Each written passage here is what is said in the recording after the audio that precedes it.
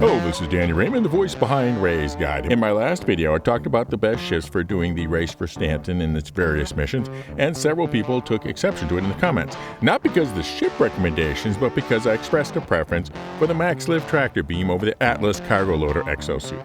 And after some experimenting, I realized that I was using the Atlas wrong based on early experiences with it and habits with the MaxLift. But I also realized from things observed and said that many people were developing bad opinions about the MaxLift based on using it like it was an Atlas. The Atlas isn't just a wearable version of the MaxLift, and the MaxLift isn't just a carryable version of the Atlas. They are entirely different tools that work in entirely different ways and must be used in entirely different ways.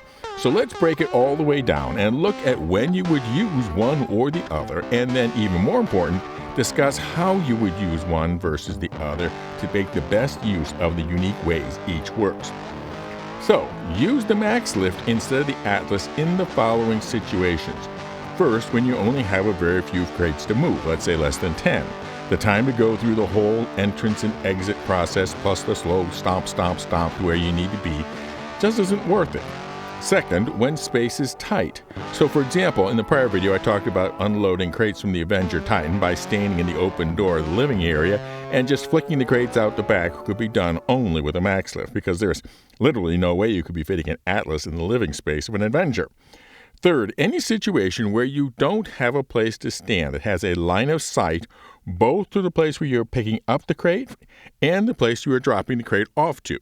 If you have to pick the crate up while standing in one place and then move with the crate to another place in order to have a line of sight to the destination, it may not be a right fit for the Atlas. And finally, if you do have a place to stand and see both the pickup and destination locations, the angle between them, what in geometry would be called the subtended angle, must be wide. The reason is that when you pick up a box in the Atlas, it will immediately fly right to your face, and if the subtended angle is small, the box itself may well block your view of where you want to put it.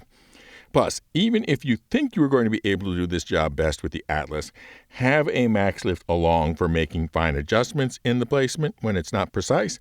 Not to mention, I have been seeing situations, particularly when unloading the raft, where the Atlas gets bugged and won't try to pick up individual containers, only the whole ship.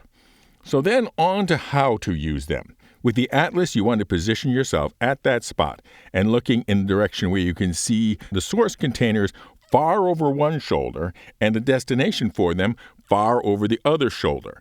And then when you face that, you're sort of looking equally away from both of them. And then, this is essential for the fastest operation, use the free look key Z. And by use, I mean mash it down and never let it go. Perhaps consider jamming a plastic fork to hold it. That kind of use.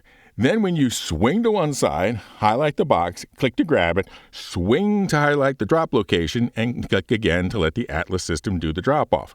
It is worth the time to be precise, otherwise you're going to be spending a lot of time adjusting afterwards and not have wasted space. In summary, with the Atlas, the idea is to find the perfect spot, and once there, just swing back and forth, like the Atlas was in effect a stationary tractor turret. Now, moving to what is different with the MaxLift. With it, you move. I see plenty of people using the MaxLift like it was the Atlas. Stay in one place and pivot and use the scroll wheel to pull and push the crates over and over again until your middle finger cramps up and feels like it's going to fall off. So the primary advice of using the MaxLift is don't try to do everything with just one finger. That's what she said! Use your feet. Your fast walking speed is faster than the rate you can move the crate with the scroll wheel, and even faster when you combine your fast walking speed with the scroll wheel. And don't forget that when returning to the start, you can hold the shift and sprint with the MaxLift lowered. Then when using the MaxLift, coordinate the scroll wheel and foot movements to maintain the momentum and direction of the crate. There are multiple ways of combining them. When first connected to the crate, you can combine running forward to the crate with decreasing the distance with the scroll wheel to rapidly close the distance to the crate. Then you can combine running backwards with closing the distance to start gaining momentum towards the destination. Then you can pivot your body while sidestepping again in the direction of travel to start a rapid swing around from pulling to pushing the box. And then you can switch to sidestepping in the direction of travel to maintain momentum as you complete that switch. And finally, you combine forward motion using the scroll wheel to increase distance to rapidly get the box to its destination. It will be hard to get it perfectly right on any particular box, especially if you are dealing with obstacles.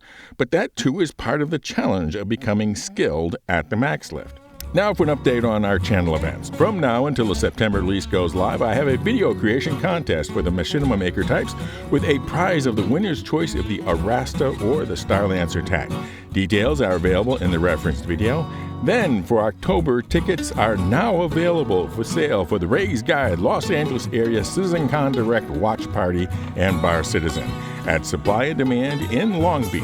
Pre-sales at $22.50, which almost entirely goes to the venue rental, plus event price transaction fees will be available until September 1st. We'll have the whole place to ourselves, so come and enjoy Citizencon Direct with the local community.